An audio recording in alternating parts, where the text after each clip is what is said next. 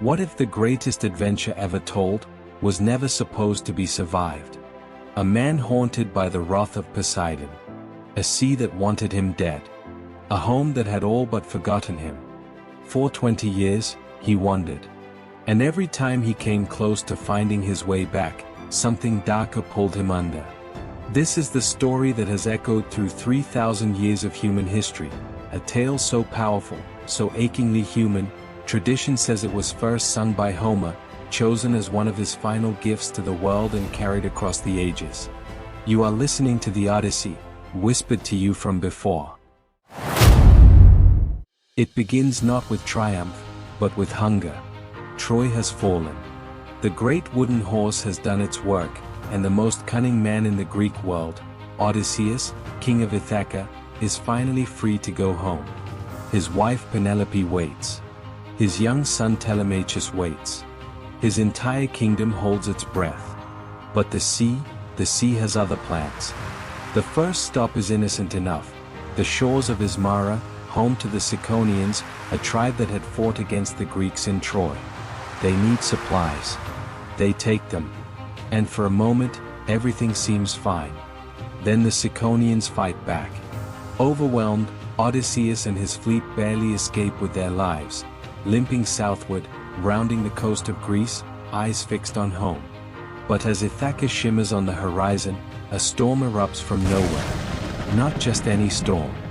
A storm that swallows their course whole and spits them out somewhere far, far from familiar waters. Onto the island of the Lotus Eaters.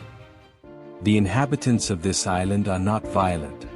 They do not threaten. They simply offer fruit from their lotus trees. Sweet, generous, warm. And one by one, Odysseus's men begin to fall, not dead, but gone. Their eyes growing distant. Their memories dissolving. Their desire to ever leave this island quietly extinguishing like a candle in still air. Odysseus sees it happening and acts fast, dragging his half-dreaming crew back to the ships, setting sail before the island can swallow them all whole. They escape. But the questions is beginning to form in his mind. What kind of world has he sailed into? He is about to find out. Running low on supplies, the fleet anchors at an unnamed island. In the distance, a shepherd's cave. Massive.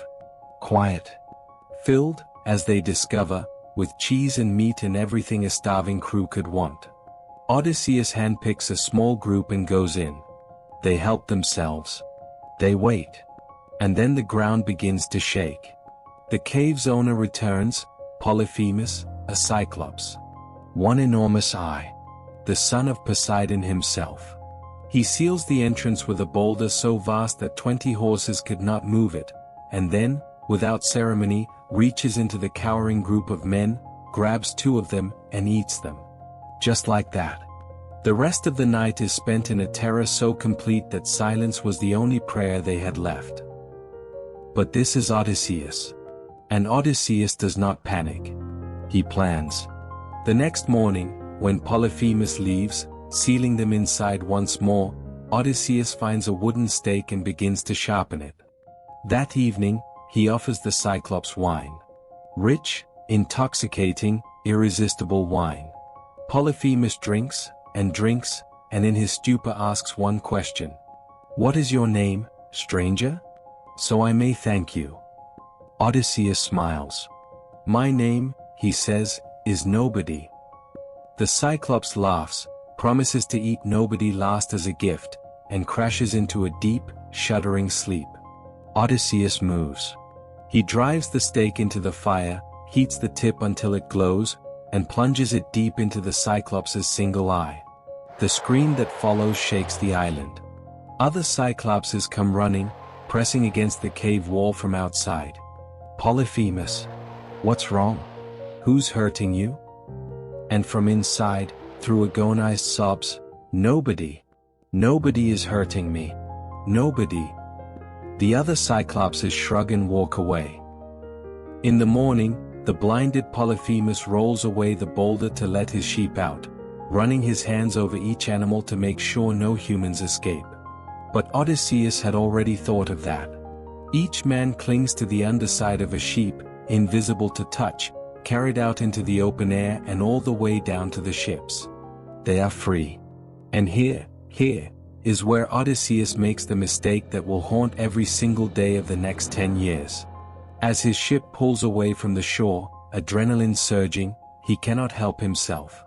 He shouts back toward the island, toward the blinded, raging monster on the cliffs.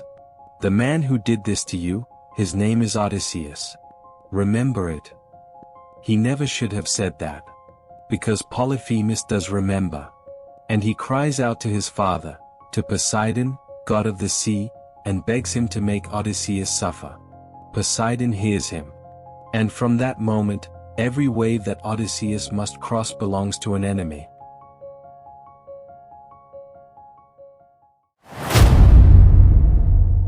The next chapter of this journey moves fast and darkly.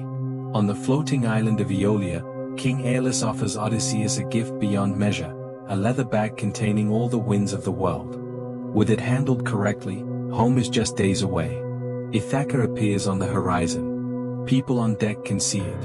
And then, while Odysseus sleeps, his crew makes their fatal mistake. Convinced the bag holds treasure, they open it.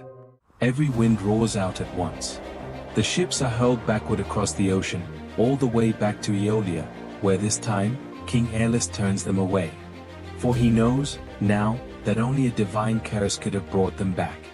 He wants no part of it. They sail on. Desperate now.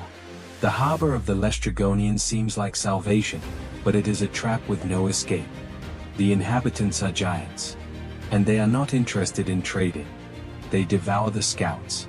They hurl boulders from the cliff tops. In minutes, they destroy nearly every ship in Odysseus's fleet. Entire crews dragged beneath the water. Of all his ships, only one survives. One. It is with that single battered vessel that Odysseus reaches the island of Aea, home of the goddess witch Circe, daughter of the sun god Helios. He splits his remaining men into two groups. One group goes to explore. They find Circe's home, surrounded by wolves and lions so docile they barely flinch, and accept her invitation to dine. The food is warm. The wine is generous. And then they wake up as pigs. One man, having lost his appetite that evening, watches in horror from outside before racing back to Odysseus. Now Odysseus must go in alone. But on the path to Circe's home, he is stopped by Hermes, the messenger god, who hands him a small herb called Molly and tells him exactly what it will do. Odysseus tucks it away, enters the hall, accepts Circe's cup, and does not fall. Circe stares. No man has ever resisted her enchantment. Odysseus draws his sword. The pigs become men once more. And Circe, so taken by the one mortal who had ever defied her, invites Odysseus to stay. He stays an entire year. But when the time comes to leave, it is Circe herself who gives him his next direction, not toward home, but downward, into the realm of the dead. At the edge of the known world, where daylight doesn't quite reach, Odysseus performs the ancient ritual and calls the spirits forth. Among them comes Tiresias, the blind prophet, who delivers a warning carved with the precision of fate itself. You will reach the island of the sun god Helios. His cattle graze there. Do not touch them. If you harm even one, you will lose everything. Every man, every ship, and you yourself will wander alone for years before you ever see Ithaca again. Odysseus listens. Odysseus remembers. But knowing what must not happen, and stopping it, are two very different things. Sailing back into the living world, Odysseus prepares for the next obstacle, the Sirens. Creatures whose song is so beautiful, so impossibly perfect, that every sailor who has ever heard it has steered toward it willingly, sailing straight to their end. Circe had warned him. He warns his crew, beeswax in every ear, not one man listening to a single note. But Odysseus? He wants to hear it. He needs to hear it. He has himself tied to the mast and orders his men, no matter what he says, no matter how he begs, do not let go. The song begins. And it is everything. It is home. It is Penelope. It is Ithaca at dawn. Every longing he has ever carried pours into that sound, and he screams at his men to release him, strains against every rope, but no one hears, and no one lets go. And then, it's over. They are through. As Odysseus's ship disappears into the horizon, they are gone. But the narrow pass that comes next offers no moment to breathe. On one side, Charybdis, a whirlpool capable of swallowing a ship whole. On the other, Scylla, a six-headed creature clinging to the cliff face above. Odysseus chooses the cliff.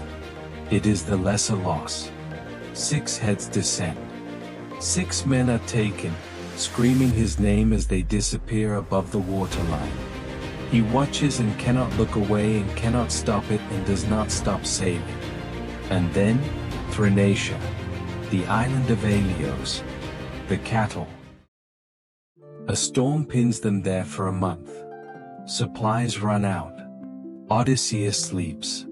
And his men, starving, frightened, out of options, do the one thing they were told, above everything else, never to do.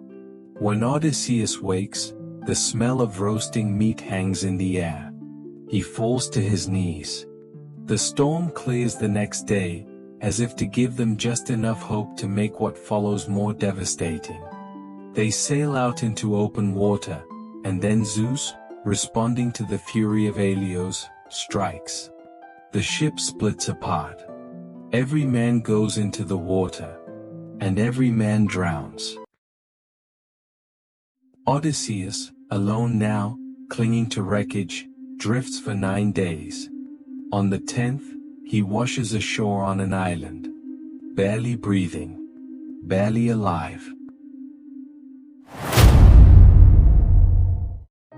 The island belongs to Calypso, goddess, daughter of the great Titan Atlas, and she falls in love with him immediately. She offers him everything. Immortality. Paradise. A life without suffering, without the sea, without loss. He refuses. Every single day, he refuses. For 7 years. Every night he sits on the shore and weeps, watching the horizon, aching for a wife and a son he cannot reach, while a goddess who loves him watches from the doorway. Far away, on Mount Olympus, the goddess Athena has watched all of this unfold. She has watched since Troy. She can watch no longer. She goes to Zeus. Let him go home. And Zeus, at last, agrees. Reluctantly, Calypso helps Odysseus build a raft. She gives him supplies. She gives him the stars to navigate by. He sails. But Poseidon is not done. One final storm. One final act of divine fury. The raft is destroyed. Odysseus swims. For 2 days, he swims, until he reaches the shore of a new island, where he crawls onto the sand and falls into a deep, dreamless sleep. He wakes to the sound of laughter. The island of Scheria. The kingdom of the Phaeacians. He is found, naked, salt-crusted, half-broken, by the king's daughter, Nausicaa, who, to her great credit, does not run. She gives him clothes. She takes him to the palace. And that night, at a feast in his honor, a poet named Demodocus begins to sing, of Troy, of Achilles, of the great wooden horse and the cunning man who built it. The crowd cheers. Odysseus weeps quietly into his robe. The king notices. Who are you, stranger? And Odysseus, for the first time in years, in a room full of people who do not know his name or his curse, tells the truth. I am Odysseus. By morning, a ship is loaded with gold and silver. A crew stands ready. And the man who has been trying to get home for 20 years finally boards a vessel sailing in the right direction. He arrives on Ithaca's shore at dawn. He has been gone 20 years. His palace has been invaded by over 100 suitors, all competing to marry Penelope, all consuming his home from the inside.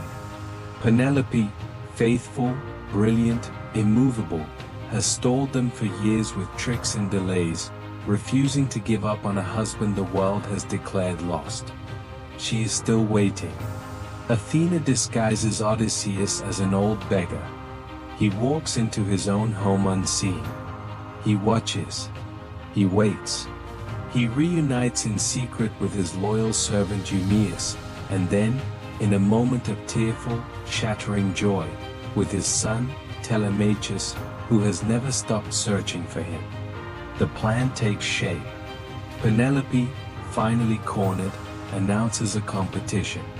She will marry whoever can string Odysseus's great bow, a weapon so powerful that none of her suitors have managed even that, and shoot an arrow clean through a row of 12 axe heads in a line.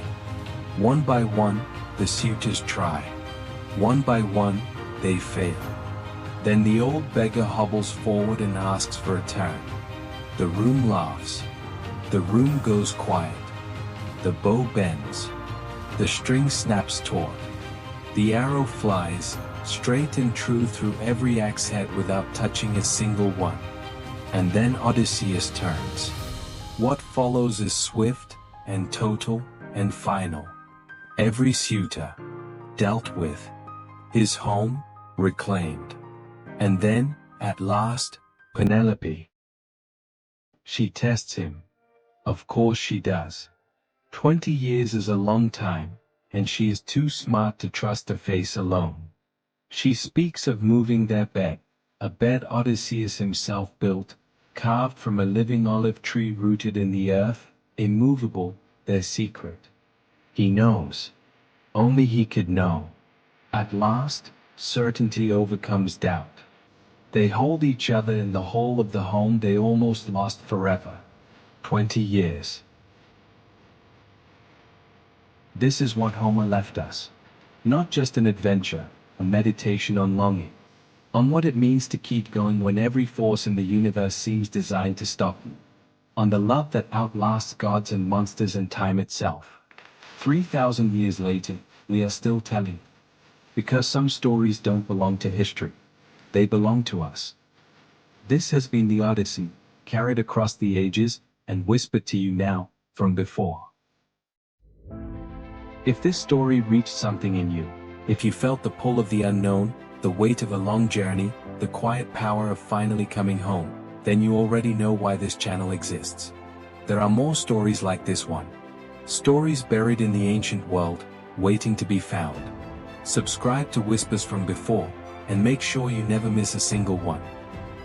The next whisper is already waiting.